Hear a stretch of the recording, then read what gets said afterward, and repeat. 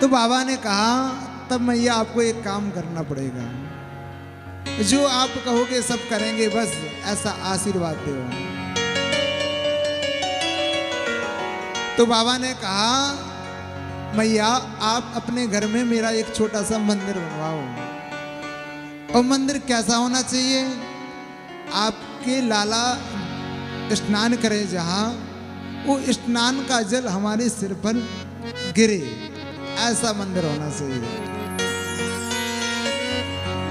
भोले बाबा के कहने पर यशोदा मैया ने मंदिर बनवाया। बाबा का नाम पड़ा, नंद जी के यहाँ बना तो नंदेश्वर महादेव नाम पड़ गया। बोलिए नंदेश्वर महादेव की जय हो। ऐसे भोले बाबा ने दर्शन किए। आज ठाकुर जी 1 वर्ष के है गए, अभी तक नामकरण संस्कार ना भयो। नंद बाबा ने गर्गाचार्य जी को बुलाया और कहा महाराज नामकरण संस्कार है जाए तो अच्छी बात है। गर्गाचार्य जी ने कहा देखो नामकरण संस्कार हम तो करेंगे नहीं, क्योंकि आप छोटा से छोटा कोई कार्य करते हैं तो इतनी धूमधाम से करते हैं कि कंस का कोई ना कोई राक्षस आ जाता है और बालक को कोई ना कोई ठेस पहुंचा जाता है। इसलिए उसको पता चल जाएगा, बड़ी धूमधाम से आप नामकरण संस्कार करोगे तो कोई ना कोई राक्षस पर भेजेगा। नंद बाबा ने कहा अरे हम किसी को नहीं बताएंगे, बस आप नामकरण संस्कार कर दो। अब इधर रोहिणी मैया और यशोदा मैया ने आपस में प्लानिंग की।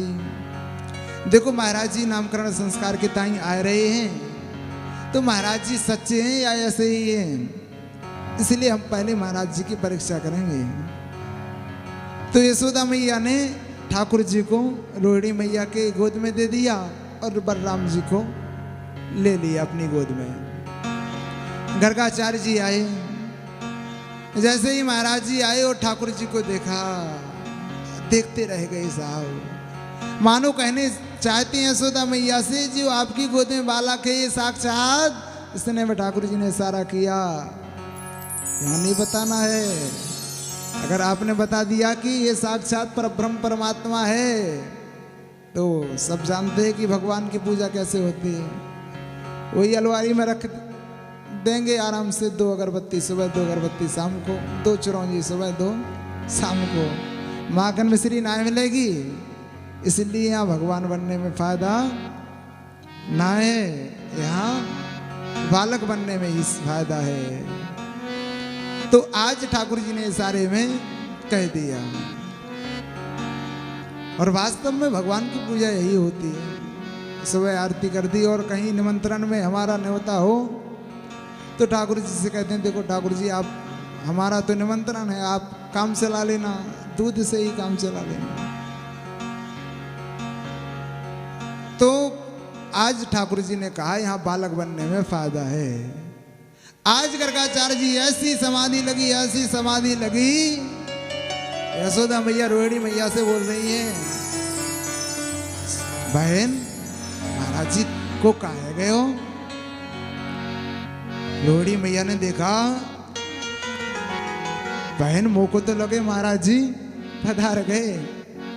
यशोदा मैया ने कहा अरे पधारना तो यही जगह में नहीं थी, कहीं और बाहर जाकर पधारते। शुभ कार्य के लिए वो बुलाया नामकरण संस्कार करवे के ताई, और महाराज जी तो उठने का नाम ही नहीं, हिलाया डुलाया, अरे महाराज जी उठो तो कहाँ गए।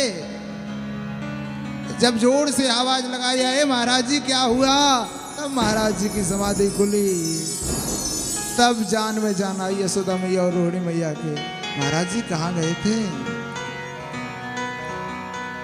गर्गाचार्य जी ने कहा कि अहम ही रोहिणी पुत्रो रमय सुहृदो गुणै आख्यास्यते रामयति बलाधिक्यात् बलं विदुः। गर्गाचार्य जी कह रहे हैं रोहिणी मैया से और यशोदा मैया से। अहम ही रोहिणी पुत्रो रमयंसु हृदय गुड़ई।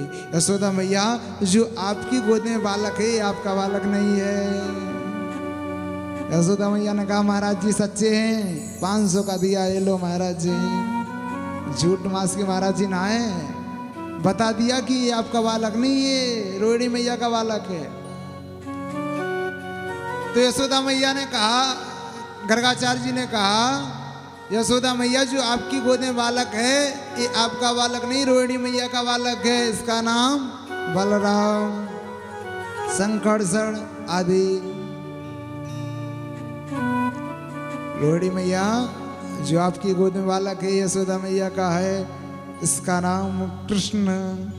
कर्षयति कृष्ण, जो अपनी ओर खींचे वही कृष्ण है साहब।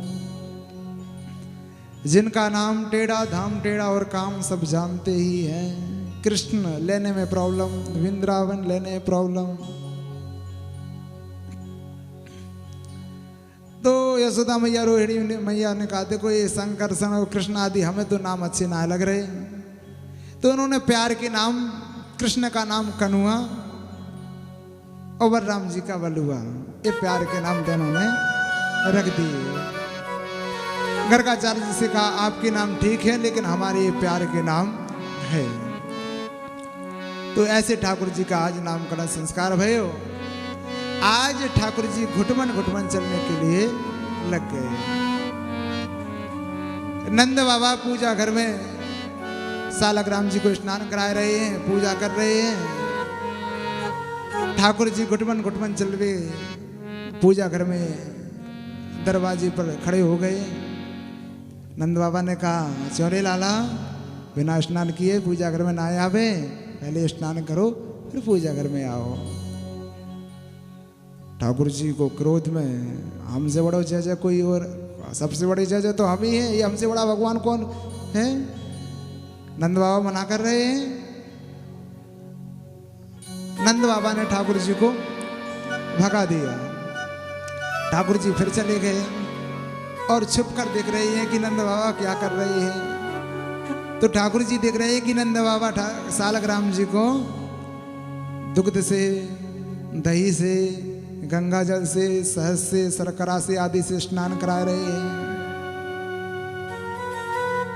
भगवान मुस्कुरा रहे हैं, बाजी वाह कितने मीठे हो गए होंगे, बिल्कुल गुलाब जामुन की तरह। कितने प्रकार से स्नान है रहे हैं यहाँ, हम देखो ऐसे ही फिर रहे हैं बिना स्नान की। ठाकुर जी ने देखा कि नंद बाबा स्नान किए, पूजा पाठ आदि किए और माला जाप करने के लिए लग गए। ऊपर से कपड़ा डाल दिया सर पर। भगवान ने कहा मौका अच्छा है, और घुटपन घुटपन चल के सालग्राम जी के पास आए गए और सालग्राम जी को उठायो और हाथ में लिए वाजीवा। खूब दूध से ना हो, दही से ना हो, शर्करा शहद आदि से ना हो, बड़े मीठे हो गए होगे आप तुम। और अपने मुंह में रख लिया और आराम से बगल में नंद बाबा की पालती मारकर विराजमान है गए। अब 2-5-10 मिनट में नंद बाबा की माला पूरी भई। जैसे ही माला रखी, आंखें खोली, ओहो सालग्राम जी गोल है गए। नंद बाबा ने कहा ओ कैसी माला करी कि सालग्राम जी भगवान ही गोल करे, जिनकी माला करी वो ही गोल है गए। कैसी अद्भुत माला भाई। इधर देखा कुछ ना है, सामने देखा कुछ ना है, इधर देखा श्रीवान जी विराजमान है। नंद बाबा ने कहा आप कहाँ थे, आपको मना करी थी ना कि बिना स्नान किए ना आवे, फिर भी अब ठाकुर जी का मुंह फूला हुआ है क्योंकि सालग्राम जी हैं। चौरे मोड़ी में कहा है, अब बोल भी ना पा रहे। कहा ओहो कछु ना है, बता रहा है या नहीं। कहा कुछ ना है। एक लगाया हो सालग्राम जी बाहर आ गए। हे भगवान कैसो हुद में छेरा है गए हो कि हमारे भगवान को ही नाश्ता कर गए हो। क्षमा याचना की महाराज, छोटो सा बालक है, कछु जाने ना है, आपको गुलाब जामुन समझी होगी और खा लिए। हाथ पकड़कर यशोदा मैया के पास ले गई। यशोदा मैया से कहा तुम्हारे प्यार ने इसको बिगाड़ दिया है, इसको अब कम प्यार करो, कम लाड़ करो। आज पता है इसने क्या किया? आज हमारे ठाकुर जी को इसने अपने मुंह में धर लिया। यशोदा मैया ने कहा अरे तो डांटते क्यों हो, क्या हुआ? अरे आप तमाम प्रकार के जल से सालग्राम जी को स्नान कराते थे, इसलिए बाबा ने गुलाब जामुन समझी और मुंह में रख लिए। ऐसे ठाकुर जी अद्भुत लीलाएं ब्रज में किया करते हैं। ठाकुर जी की जितनी लीलाएं हैं सबसे प्रसिद्ध लीला है साहब माखन चोरी लीला। माखन चोरी लीलाएं की एक दो कथा ना है, 108 कथाएं हैं। तो अगर विस्तार से 108 कथा हम करें तो महाराज 7-8 दिन गुजर जाए फिर भी माखन चोरी की कथा भी पूरी ना होवे। तो माखन चोरी की एक दो लीलाएं हम सब श्रवण करें। तो आज ठाकुर जी ने सभी ग्वाल वालों को सभी को बुलायो, सभी ग्वाल वाल पधारे। कहा लाला किस लिए बुलायो है? ठाकुर जी ने कहा देखो अब हम चोरी करेंगे। तो श्री सदामा मधुमंगल आदि बोले धारी के हमारे बाप दादा ने चोरी ना करी और तुम हम ब्राह्मण के छोरा को चोरी करवा सिखाए हो, इसलिए हमें ना करनी चोरी मोरी। तो ठाकुर जी ने कहा देखो हम कोई धन दौलत आदि की चोरी थोड़ी करेंगे, हम माखन की चोरी करेंगे। तो मधुमंगल श्री रामा आदि बोले लाला तेरे घर में क्या माखन की कमी है? 9 लाख गौएं हैं।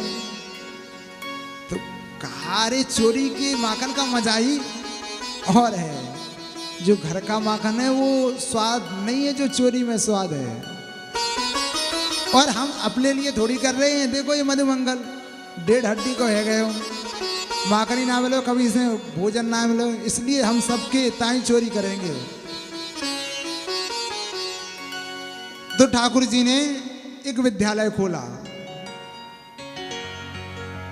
कहा इसमें सभी एडमिशन कराएं, इसमें एक ही ट्रेनिंग दी जाएगी चोरी करने की ट्रेनिंग। सभी ग्वाल वालों ने एडमिशन करायो।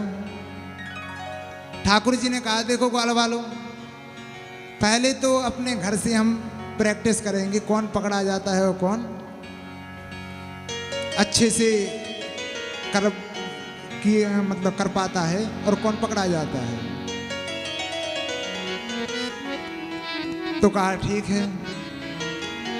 आज सभी ने अपने अपने घर में चोरी की, तो कोई तो पकड़ा गया और कोई अच्छे से सफल हो गया।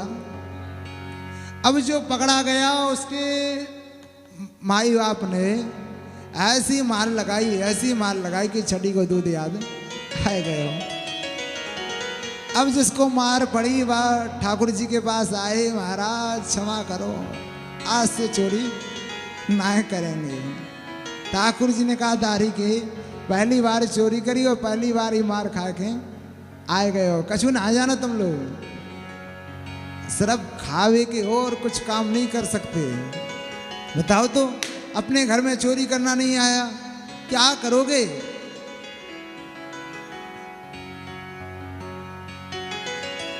ठाकुर जी ने कहा हम आप सबको चोरी करके सिखाएंगे, चिंता ना करो। तो अध्यक्ष ठाकुर जी को बना दिया और सभी सदस्य बन गए। अब ठाकुर जी और सभी ग्वाल बाल चले गलियों में, तो देखा एक मैया डंडा लेकर दरवाजे पर विराजमान है, बैठी है।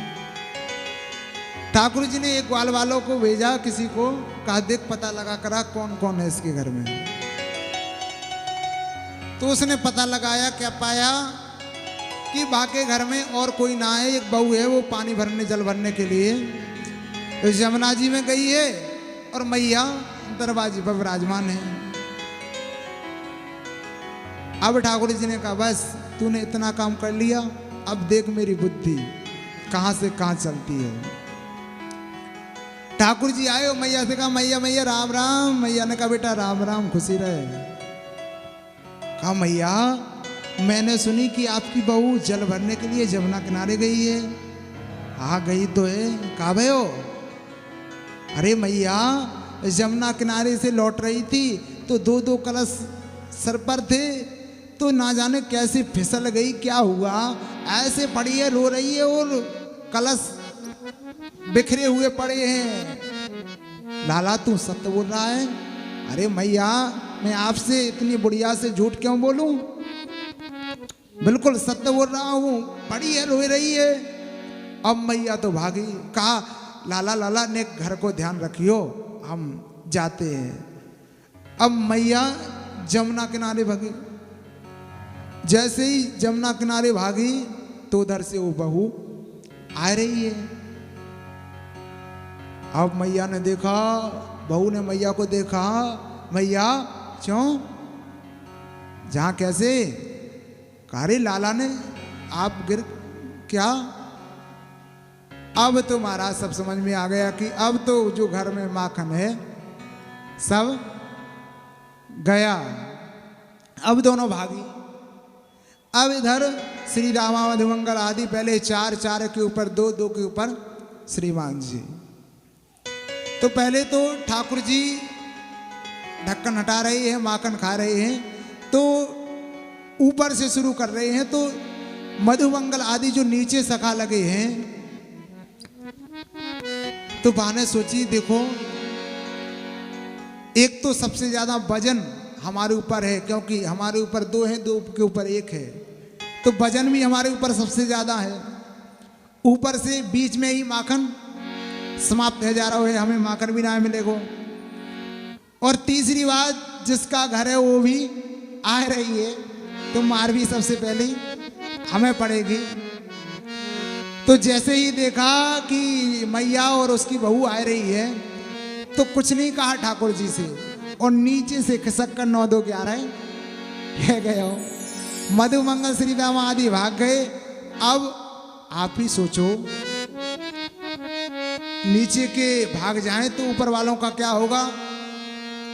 दो ऊपर थे वो तो धड़ाम से नीचे गिर गए, और ठाकुर जी ऊपर लटके के लटके रह गए। बहू आई और पकड़ लिया दारी के, तेरे को यही घर मिला। ठाकुर जी ने कहा भाभी जी आपको घर है? भाभी जी ने कहा मूर्ख समझे हमको, एक तो बताए कि मेरा घर है और ऊपर से बोल रहा है कि आपका घर है। भाभी जी सत्य बताओ, मुझको ना पता कि ये आपको घर है, नहीं तो मैं नहीं आता। दारी की आज तेरे को पता चलेगा कि चोरी करने का फल क्या होता है। तेरी मैया रोज कहती थी मेरो लाला चोर ना है, मेरो लाला चोर ना। आज सबूत सहित तेरे को यही बांध दूंगी और यशोदा मैया को यही बुला कर लाऊंगी। देख मैया तेरो लाला नंबर 1 को चोर है। आज लंबी रस्सी लाई और ठाकुर जी को बांधना प्रारंभ किया। जैसे ही बांधना प्रारंभ किया ठाकुर जी को, एक बार बांधा ठाकुर जी ने फिर छोड़ दिया, दूसरी बार, ऐसे 10-15 बार उसने प्रयास किया, लेकिन परब्रह्म परमात्मा को कौन बांध सकता है साहब। अगर ठाकुर जी को कोई बांध सकता है तो वो प्रेम बांध सकता है, वो भक्त बांध सकता है, और कोई नहीं बांध सकता है। ठाकुर जी ने कहा भाभी जी मुझको तो ऐसा लगे कि आपको बांधनो आवे ना है। भाभी जी ने कहा अरे अभी 1 ही वर्ष पहले तो मेरा ब्याह हुए, तो अभी सीखो ना है। ठाकुर जी ने कहा भाभी बुरो ना है मानो तो एक बात कहूं, बोल। मुँह को जोड़ से बांधो आवे, तो ऐसा करो पहले मैं आपको बांधूं और पहले आप सीख जाओगी अच्छे से तो आप मेरे को बांध देना। कहा ये बात तूने अच्छी कही लाला। ठाकुर जी ने कहा लाओ तो रस्सी। रस्सी ली, करो हाथ ऐसे ऐसे हाथ किए। कहा 1 लर 2 लर 3 लर 4 लर 5 लर 6 लर 7 लर भाभी 1 गांठ गुरु के नाम की। ठाकुर जी ने कहा भाभी गुरु कौन है? भाभी ने कहा मुझको कौन पता कि गुरु कौन है? कौन सिखा रहा है आपको बांधना? कहा आप सिखा रहे हो। तो गुरु कौन हुआ? आप हुए। बोलो भाभी गुरु भगवान की जय। कहा 1 गांठ गुरु के नाम की, दूसरी गांठ चेला के नाम की। भाभी ने कहा चेला कौन है? हमको कौन क्या पता? कहा सीख कौन रहा है? आप सीख रही, इसलिए गुरु हम भाई, चेला आप। भाभी जी सीख गई अच्छी तरह से? हाँ जी सीख गई, अब छोड़ दो। भाभी जी ओहो, मैं तो आपको बताना ही भूल गया कि मेरे गुरु ने मुझको बांध वही सिखायो। छोड़ो ना सिखायो, दारी के तेरे को एक ना एक दिन देख लूंगी। अरे भाभी अब देखते रहो, हम तो 9-2-11 हो जाते हैं और ठाकुर जी उसको ही बांध कर 9-2-11 हो गए। एक बार जो ठाकुर जी के बंधन से बन जाता है फिर वह कभी नहीं छूट पाता। तो ऐसी ठाकुर जी अनेकों अनेक ब्रज में लीलाएं करते हैं। एक दिन की बात, एक ग्वालवाल आयो और ठाकुर जी से वाने कही कि महाराज हमने सब जगह चोरी कर ली, ऐसा शायद ही कोई ब्रज में घर बचे होगो जिस घर में हमने चोरी ना करी। लेकिन आज मेरे को एक पता चला, एक प्रभावती नाम की गोपी है, बाने मुँह से कही, मुझको चैलेंज दई कि तुम्हारे अध्यक्ष ने यानी तुम्हारे कन्हैया ने भले ही हर घर में चोरी कर ली, लेकिन जिस दिन हमारे घर में यानी प्रभावती के घर में चोरी करेगो तो पता चल जाएगी कि मारो नाम प्रभावती है। ठाकुर जी और चैलेंज साहब बर्दाश्त ही नहीं कर सकते। ठाकुर जी ने कहा नंद के छोरा को और चैलेंज दई, बाको शर्म ना आई। आज जो होगी सो देखी जाएगी। आज का माखन प्रभावती के यहाँ का ही हमको पाना है। सभी ग्वाल वालों को लवायो और कहा देखो चैलेंज दइए तो कछु ना कछु प्लानिंग तो जरूर की होगी, बिना प्लानिंग के चैलेंज तो दे नहीं सकती। तो ठाकुर जी 11-12 बजे रात्रि में गए, देखा क्या प्लानिंग की है इसने। तो प्लानिंग को देखा, एक पतली सी रस्सी बिल्कुल जो दिखाई ना दे, उस रस्सी से 1 घंटा बांध दिया है। कहां पर? मटकी पर। और वो रस्सी कहां गई है? जहां पर प्रभावती सोती है, शयन करती है। प्रभावती सोच रही है कि ठाकुर जी आएंगे, माखन चुराएंगे, घंटी बजेगी और हम जगेंगे और ठाकुर जी को पकड़ लेंगे। अब ठाकुर जी ने कहा प्रभावती को ये नहीं पता कि हम उनके गुरु हैं, उनसे होशियार हैं। ठाकुर जी आए, वही 4 ग्वाल वालों के ऊपर 2 के ऊपर श्रीमान जी विराजमान है। ठाकुर जी ने कहा देख घंटी, पहले मेरी बात सुन। जी सरकार हुक्म हो। मैं ढक्कन हटाऊं बजियो ना बजूंगी महाराज। बंदरन को माखन खवाऊं बजियो ना बजूंगी महाराज। ग्वाल वालन को माखन खवाएं बजियो ना। अरे महाराज जो करना है सब कर लो, हम नहीं बजेंगे। 4 ग्वालपाल, 4 के ऊपर 2, 2 के ऊपर श्रीमान जी। ठाकुर जी ने ढक्कन हटायो, घंटी नाय बजी। बंदरन को माखन खवायो, घंटी नाय बजी। ग्वाल वालन को माखन खवायो, घंटी नाय बजी। और जैसे ही महाराज स्वयं माखन खाया, घंटी बज गई।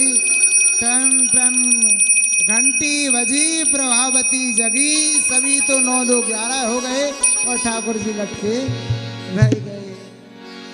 प्रभावती आई दारी के, तेरे से पहले बोला था कि हमारा नाम प्रभावती है।